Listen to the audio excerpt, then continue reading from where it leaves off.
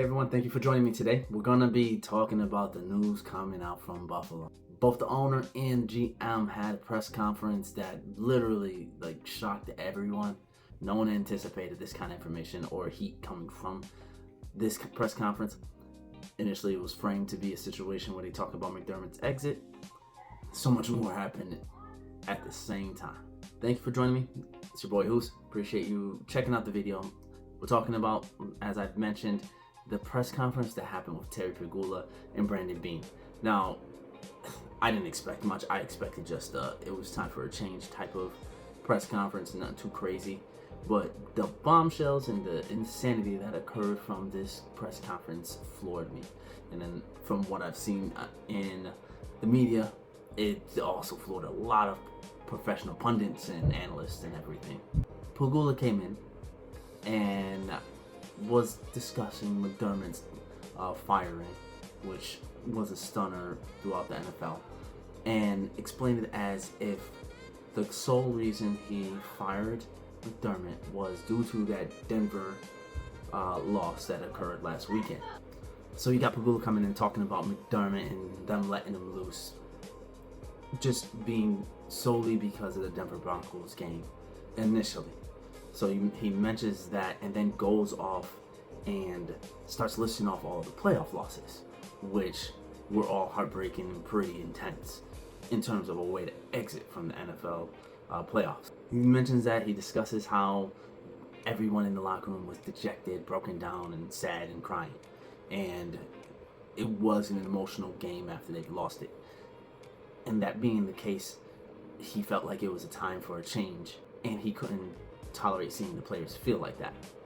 Another thing he mentioned, though, was contradictory, that he called Brandon Cook's catch a catch. He said it was a catch, not an interception, or he specified that one play specifically. So therefore, if he did catch that ball, was McDermott keeping his job, or was he still going to be fired? It was confusing, extremely confusing. I didn't understand that. I just was very confused at why you would bring up the catch as one of the things that occurred, and also say this game was one that McDermott lost. He then afterwards stated that they hit a playoff wall. He felt like they hit a playoff wall. That I can agree with. I can understand that, believe that. It seems like this was a redundant nightmare happening every time to all Bills fans, that they have to get into the playoffs, do well enough to get up in a higher seed, and then afterwards somehow lose in not just a blowout fashion or just a, oh God, we're terrible fashion. The most excruciating, painful way to lose is the way they find to lose. I don't know how they do it. It's staggering the amount of times you go into a game and you feel like, hey man, we can win this, we can get out of this, we can steal this win, or whatever the case, and then somehow it's, holy shit, how did we lose like that? But that I can understand. Feeling like it's a playoff wall, a proverbial playoff wall that they've hit with McDermott, I can agree with that for being a reason to dismiss him. But to say the catch specifically and not blame the officiating and go ahead and fire McDermott for this game, even though if they made that catch, they would have likely have won that game and gotten to the AFC Championship. It's just very, conflicting statements or conflicting emotions to have. I don't understand it. He confused me in that press conference when it came to that.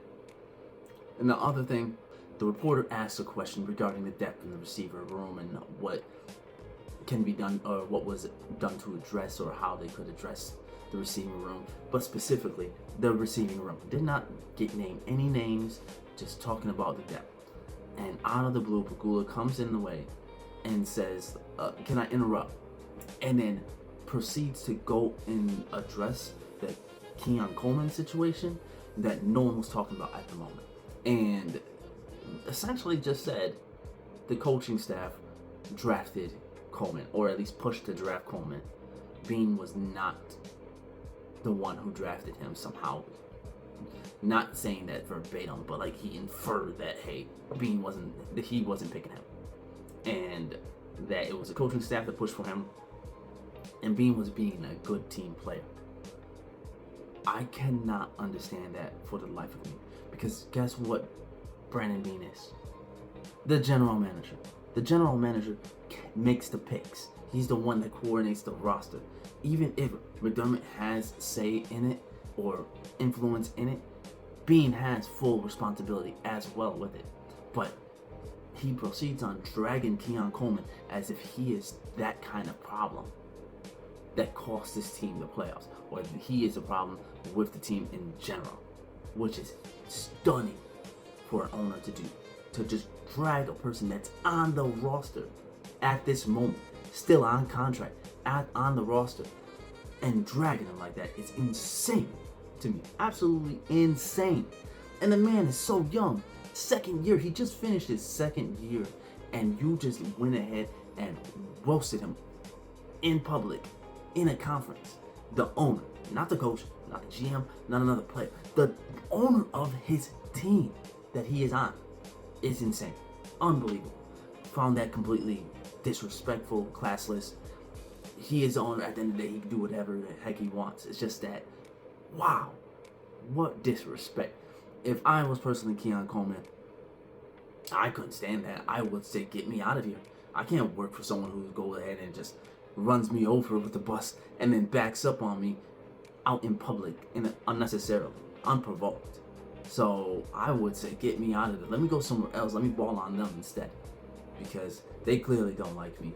Bean clearly seems to be not invested in me, or does not believe highly of, or think highly of me, to just go ahead and let Pegula say that he didn't draft him or he wasn't responsible for him.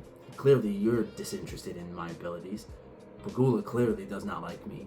So I want out. I don't want to be here. The coach that probably did give a crap about me is gone. So let me go. And, again, I am floored. I'm stunned. How the hell any owner, any owner decides to just run over a player that's on the team currently is insane to me. I don't know what's going on. I mean, I'm a diehard Bills fan. I'm stunned. Absolutely stunned at where we are right now. Don't know what to say about it. And then Bean's just there quietly sitting there, not really saying much, not really getting an opportunity to say anything, but definitely not going out of his way to try to defend anything at the moment. It's a very awkward press conference. I don't know what's going on. Honestly, I have no idea.